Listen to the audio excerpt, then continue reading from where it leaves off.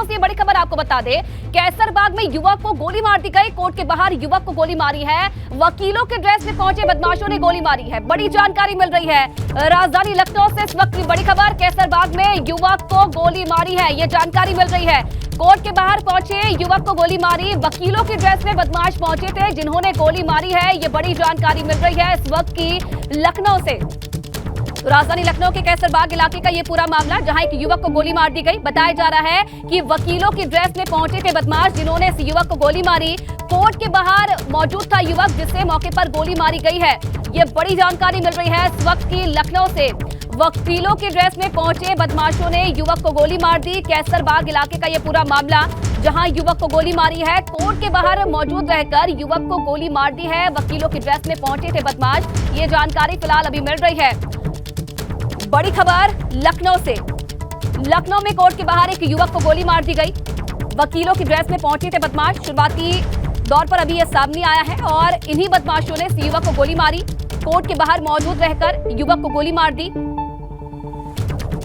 हालांकि अभी हालत कैसी है ये जानकारी नहीं मिल पाई है। युवक को लेकर क्यों गोली मारी है ये भी अभी तक जानकारी नहीं मिली है। और विवेक फिलहाल इस खबर पर और ज्यादा जानकारी देंगे। विवेक, क्या हुआ, पूरा घटनाक्रम बताइए। देखिए, एससी कोर्ट की बात है ये। आज ये बताया जा रहा है कि वहाँ संजीव जीवा, जो कुख्यात अपराधी रहा है, ब्रह्मदत्त द्विवेदी हत्याकांड में जीवा को उम्र कैद की सजा मिली थी। और ब्रह्मदत्त द्विवेदी हत्याकांड को सभी लोग जानते हैं, प्रदेश के अधिकारी, अपराधी, नेता, माफिया सब जानते हैं, क्योंकि उस समय AK-47 से उनको खून दिया गया था। सरकार में मंत्री हुआ करते थे, उनकी हत्या हुई थी। और यूपी सरकार की जो 65 माफिया की लिस्ट अभी शामिल जो जारी हुई थी, उसमें भी संजीव जीवा का नाम था। और उसके बाद से लगातार संजीव जीवा पर नजर रखी जा रही थी। ये बताया जा रहा है कि आज कोर्ट में उसकी पेशी थी, SC कोर्ट में उसकी पेशी थी। वहां पर अपराधी आए और कोर्ट परिसर में ही उसको कई गोलियां मारी हैं। 3 से 4 गोलियां उसको लगने की बात सामने आ रही है। उसके खिलाफ तमाम मुकदमे थे और कुछ दिन पहले बाराबंकी जेल में बंद था, उसके बाद उसकी जेल ट्रांसफर की गई थी। तो संजीव जीवा जो है उम्र कैद की सजा काट रहा था। यहाँ बाराबंकी जेल से उसको यहाँ वापस लाया गया था लखनऊ जेल में, क्योंकि बाराबंकी में उसकी मनमानियां बहुत शिकायतें मिली थी। और क्योंकि बड़ा माफिया था और माफिया होने के नाते वो जेल को अपने मनमाने तरीके से संचालित कर रहा था। ऐसे में उसको लखनऊ जेल शिफ्ट कर दिया गया था। उम्र कैद की सजा थी, यानी उसको पूरी उम्र जेल में ही बितानी थी। आज वो पेशी पर गया था। प्रशांत राय हत्याकांड का भी संजीव जीवा पर आरोप आया था, लेकिन इस मामले में चूंकि जब मुकदमा चला था तो उसको बरी कर दिया गया था। उसके खिलाफ कोई साक्ष्य नहीं मिले थे। और अभी बीते कुछ दिनों से संजीव जीवा राजनीति में आने की हाथ पैर भी मार रहा था। ये बताया जा रहा है कि वो अपने परिवार के सदस्यों को राजनीति में लाना चाहता था। तमाम कई राजनीतिक दलों से संपर्क भी किया था उसने। अपनी पत्नी को भी कोशिश कर रहा था कि वो चुनाव लड़ा दे। और बहुत सारी कोशिशें थी उसकी, जो राजनीतिक तरक्की पहुंचने की कोशिशें थी वो भी लगातार, क्योंकि जेल में भी उसको लगातार खतरा बना हुआ था। तमाम जो बड़े माफिया हैं जिससे चलती थी, दुश्मनी चलती थी, उसको लेकर उसकी जेल में भी खतरा बना हुआ था। ऐसे में वो चाहता था कि राजनीतिक शक्ति हासिल करके खुद को प्रतिस्थापित कर सके और अपने आप को बचा सके। हालांकि गोली किसने मारी है ये अभी तक बहुत साफ नहीं हो पाया है। कैसरबाग थाना क्षेत्र है जहां पर थाने हाईकोर्ट की बिल्डिंग है, वहां उस जगह पर आज वो पेशी पर गया था। तब कोर्ट के बता रहे कोर्ट के भीतर ही हमलावरों ने गोली चलाई है। 2 से 3 हमलावर बताए जा रहे थे।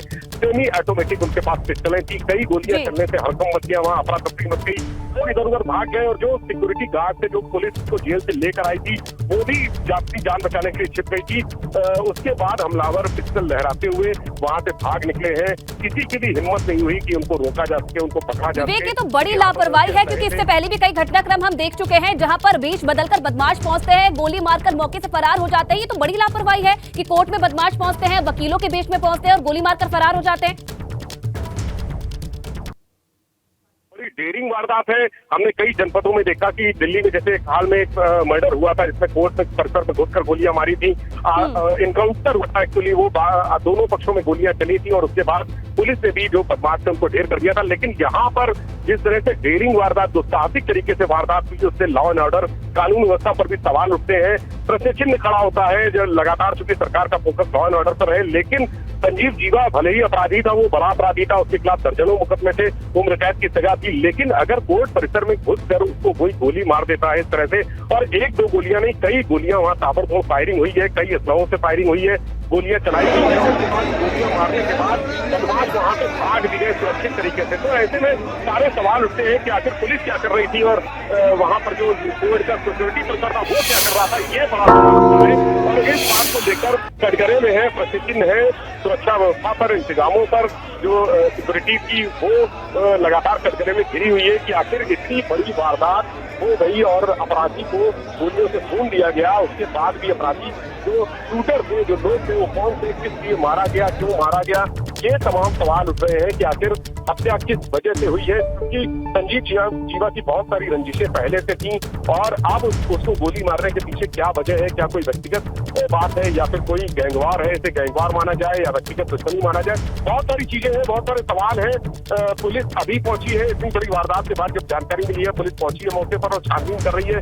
कोर्ट परिसर में सीसीटीवी कैमरे भी तमाम जगह पर लगे हुए हैं। उन कैमरों की फुटेज निकाली जा रही है कि आखिर कौन लोग थे, कितने लोग थे, क्या कोई उनका बैकअप प्लान भी था, क्योंकि जिस तरह से इस तरह इतनी डेयरिंग जगह पर सिक्योरिटी, हाई सिक्योरिटी वहां पर रहती है, वहां घुस के वारदात करना, यानी जो शूटर थे उनका कोई भी प्लान भी होगा, उनको कोई कहीं से कवर भी मिला होगा, कवर पे कौन कौन लोग थे, क्या ऐसा तो नहीं कि गाढ़ा लगा के वहां पर बैठे थे और घेराबंदी करके गोलियां मारी गई। बहुत सारी चीजें हैं, इन्वेस्टिगेशन हो रहा है, पुलिस अभी पहुंची है और फिलहाल सबसे बड़ी जो पहली प्राथमिकता है वो संजीव जीवा, ये बताया जा रहा है कि उसकी सांसें थम चुकी हैं। उसको हालांकि जो ऑफिशियल डिक्लेरेशन होता है उसके लिए उसको अस्पताल ले जाया जाएगा, वहां पर अस्पताल में डॉक्टर उसको डिक्लेयर करेंगे। लेकिन ये अभी तक ये जो वहाँ प्रत्यक्षदर्शी है, वहाँ का वकील है, तमाम वहाँ सुरक्षाकर्मी है, वो ये बता रहे हैं कि संजीव जीवा की मौत हो चुकी है और इस समय वहाँ पुलिस अधिकारी भी पहुंच रहे हैं। आला अधिकारियों को जब सूचना मिली है वो भी कोर्ट परिसर पहुंच रहे हैं। जो न्यायालय के अधिकारी हैं वो भी वहाँ पर मौजूद है। तमाम कोर्ट के सिक्योरिटी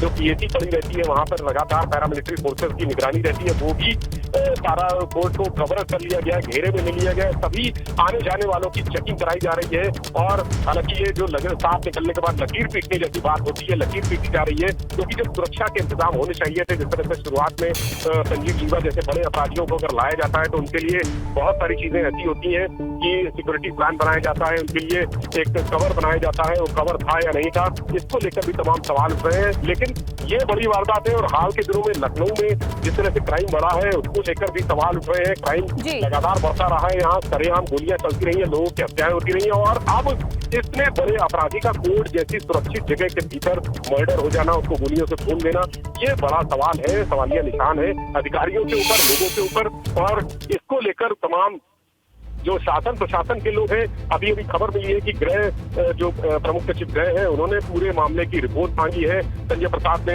अधिकारियों से संपर्क किया है, डीजीपी से भी पूछताछ की है, बातचीत की है कि आखिर क्या घटनाक्रम था, कौन से लोग थे, किस वजह से गोलियां मारी गई, किस वजह से हत्या की गई, रंजिश है, क्या है, माफिया गैंगवार है, ये सब चीजें पता की जा रही है। तो इसके पीछे निश्चित ही कोई बहुत बड़ी साजिश नहीं है, क्योंकि कोर्ट से लाने का जो प्लान होता है, पुलिस का फुल प्रूफ प्लान होता है, सिक्योरिटी रहती है, बाकायदा जो सिक्योरिटी।